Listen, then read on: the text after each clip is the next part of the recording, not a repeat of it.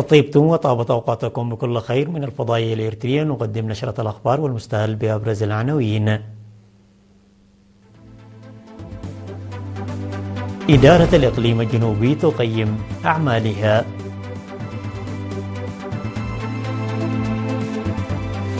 بحث التراث الثقافي لجزيرة دهلك.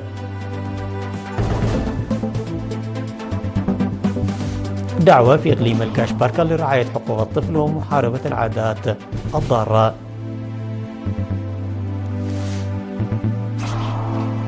روسيا وأمريكا تتفقان على الحفاظ على اتصالات وثيقة بعد لقاء بوتين وكييف. شي جي بينغ يدعو لحماية الدور المحوري للأمم المتحدة. كولومبيا تفرض رسوما جمركية على الإكوادور مع تصاعد نزاعهم التجاري. عقدت إدارة الإقليم الجنوبي اجتماعا في مدينة مندفرة يومي 21 والثاني من يناير الجاري لتقييم البرامج التنموية التي نفذت في العام المنصرم بمشاركة المؤسسات الحكومية ووحدات قوات الدفاع على مستوى الإقليم. وبحسب التقارير فقد تم تنفيذ برامج واسعة النطاق تشمل معالجة الآبار وإنشاء وإصلاح الطرق الترابية وحملات التوعية العامة والأنشطة الثقافية والرياضية في جميع المديريات. كما تم تنفيذ أعمال بناء وصيانة للبنى التحتية لمشاريع المياه والصحة والتعليم لتخفيف نقص الخدمات الاجتماعية وتوسيع خدمات الكهرباء بمد الخطوط في مديريات عدقيح وسنعفي وصرونا، بالإضافة إلى صيانة أكثر من 600 كيلومتر من الطرق الترابية وتحديث البنى التحتية جديدة لمعالجة نقص الاتصالات الهاتفية في مديريتي صرونا ومي عيني. كما ناقش الاجتماع خطط لتحسين وتوسيع الخدمات العامة والتجارة والصناعة والخدمات السياحية في 8 مدن فيما يتعلق بالبنى التحتية والإسكان. وأشاد حاكم الإقليم الجنوبي السيد هبة تسفاسين بالمواطنين ووحدات قوات الدفاع الباسلة لمساهمتهم في معالجة الآبار وبناء البنى التحتية للخدمات الاجتماعية وإنجاز مشاريع توفير المياه. وأشار قائد القيادة الوسطى العميد تخلي كفلاي إلى أن العمل المشترك أمر بالغ الأهمية، مؤكدا استعداد قوات الدفاع كعادتها لتحقيق برامج التنمية المستدامة المنشودة. وأخيرا نفيد أن الخطط الرئيسية للعام 2026 تشمل توسيع التنمية الزراعية وبناء سدود وتوسيع البنى التحتية لإمدادات المياه وتعزيز برامج التشجير وصيانة الطرق وتوسيع البنى التحتية للخدمات الاجتماعية.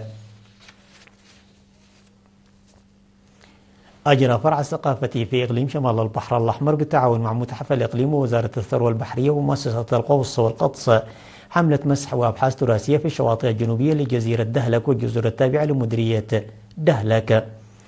وأفاد الباحثان أن الحملة التي أجريت من 7 حتى 13 من الشهر الجاري مسحت شواطئ جزر هاكويل وعجوز وضقم كبير وأبو عقبة وسربة وبكاع لبحث الثروات الثقافية والطبيعية المواقع التاريخية والآثار، وركزت على مسح ومتابعة هذه الموروثات وهي جزء من حملة مماثلة أجريت العام الماضي. وأوضح خبراء الآثار وعلم الحضارة السيد إسياس تسفازجي والسيد يوتام غزائي أنه تم العثور خلال عمليات المسح الجغرافية على 36 موقعا تاريخيا وأثريا مثل القبور والقرى الأثرية والآبار بالإضافة إلى دور العبادة. وذكر أن مديرية دهلك تمثل الموارد الطبيعية والثقافية مستكشفة، مضيفين أن النتائج التي تم التوصل إليها حتى الآن ستشجع على إجراء بحوث متعمقة وستوفر إرشادات حول الأنشطة التجارية والبنى الاجتماعية والثقافية للمجتمع والتاريخ الاستعماري في المنطقة.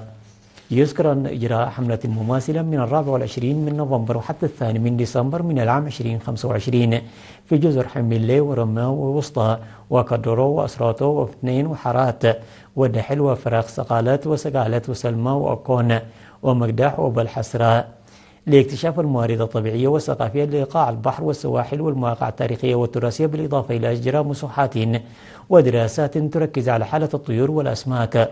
وتم اكتشاف عدد من الآثار. وتقع مديرية دهلك على بعد حوالي 60 كيلومتر شمال شرق مدينة مصوع.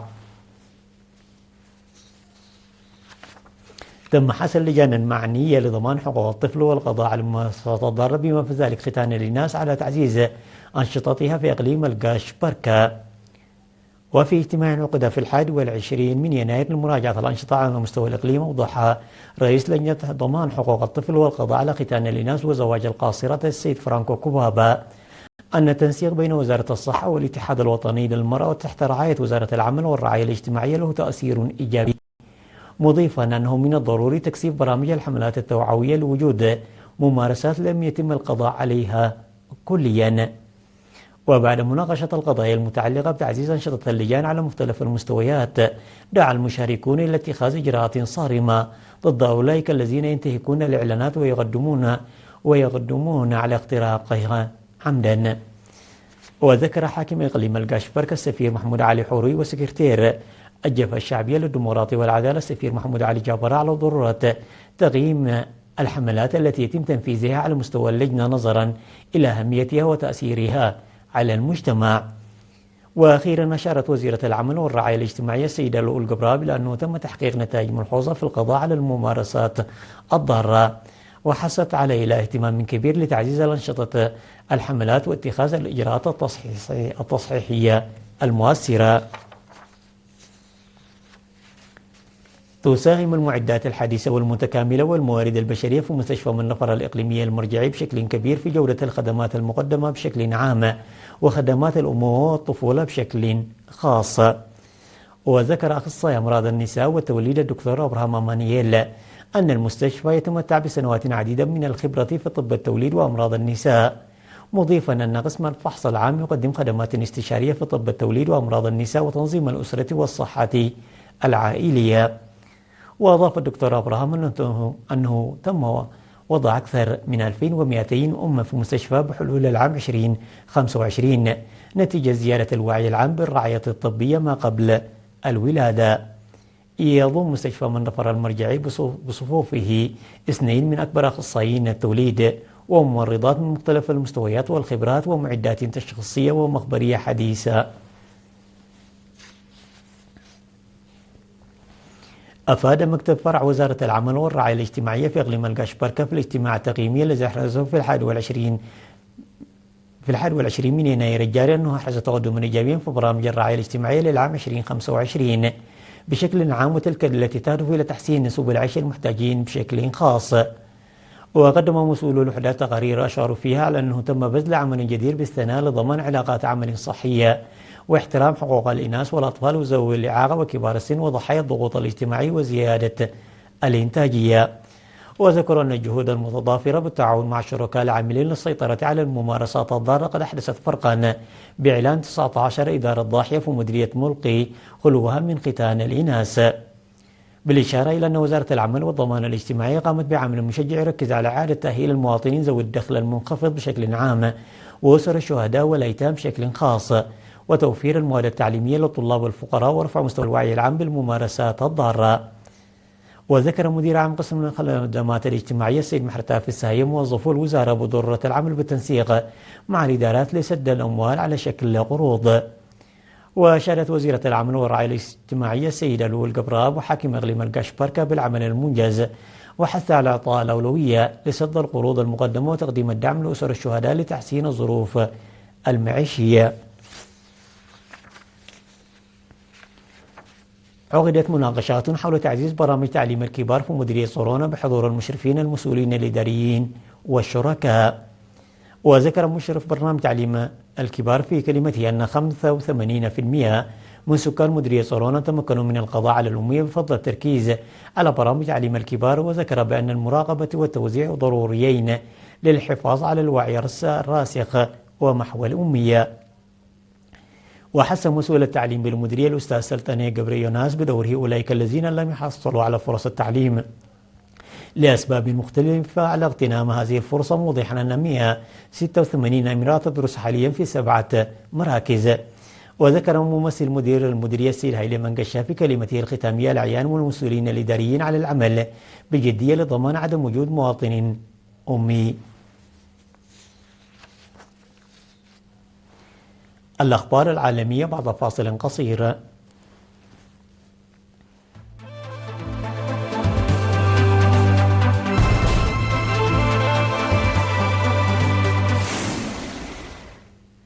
أعلن مساعد الرئيس الروسي يوري إشكوف أن موسكو وواشنطن اتفقتا في ختام المفاوضات التي جرت بين الرئيس الروسي فلاديمير بوتين والمبعوث الخاص للرئيس الأمريكي ستيف ووتكوف في الكرملين على مواصلة الحفاظ على اتصالات وثيقة سواء بشأن أوكرانيا حول قضايات أو حول قضايا أخرى.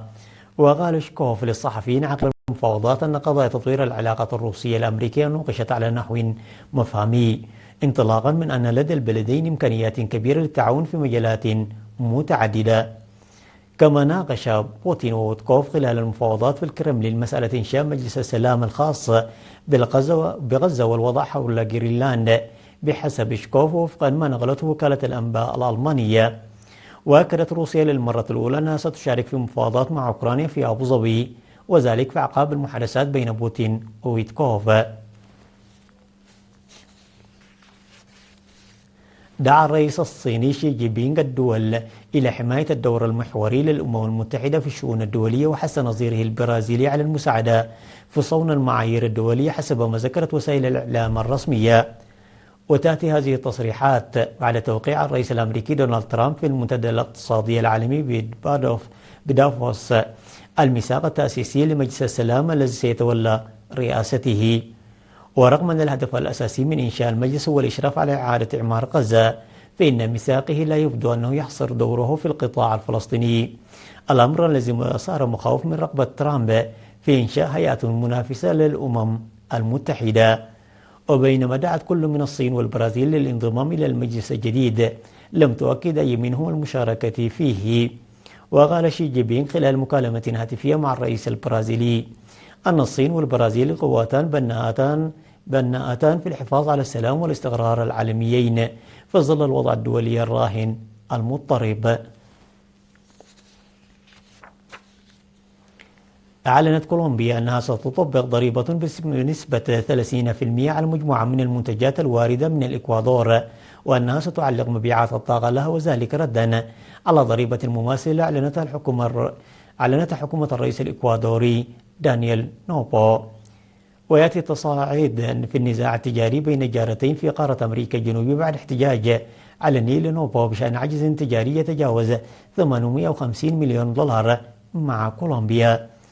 وأعربت الحكومة الكولومبية عن دهشتها من الرسوم الجمركية الأحادية الجانب من الإكوادور، مشيرة إلى أن التعاون الثنائي لا يزال نشطا من خلال الآليات الثنائية القائمة، ومن ذلك العمليات العسكرية المشتركة وأنشطة مكافحة المخدرات.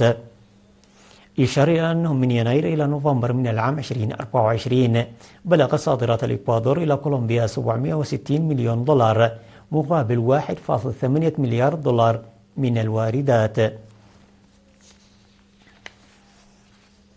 تسبب إعصار هاري في أضرار واسعة وخطيرة في مختلف أنحاء سردينيا، مع توقع أن تصل الخسائر إلى مئات الملايين من اليوروهات بحسب حاكمة الإقليم ألساندرا تودي.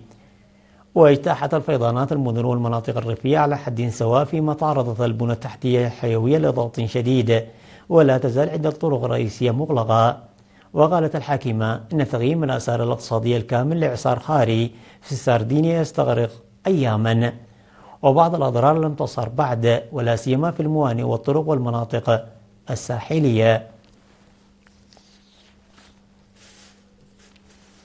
عناوين النشرة مرة أخرى: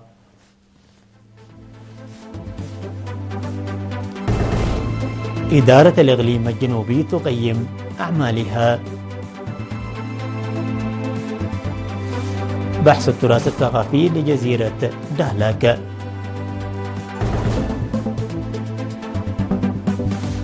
دعوة في الإقليم القاشبركة لرعاية حقوق الطفل ومحاربة العادات الضارة.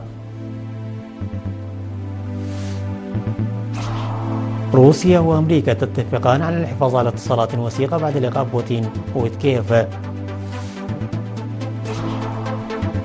شي جين بينغ يدعو لحماية الدور المحوري للأمم المتحدة. كولومبيا تفرض رسوما جمركية على الإكوادور مع تصاعد نزاعهم التجاري. قدمنا لكم من الفضائية الإرترية نشرة الأخبار، وإلى اللقاء.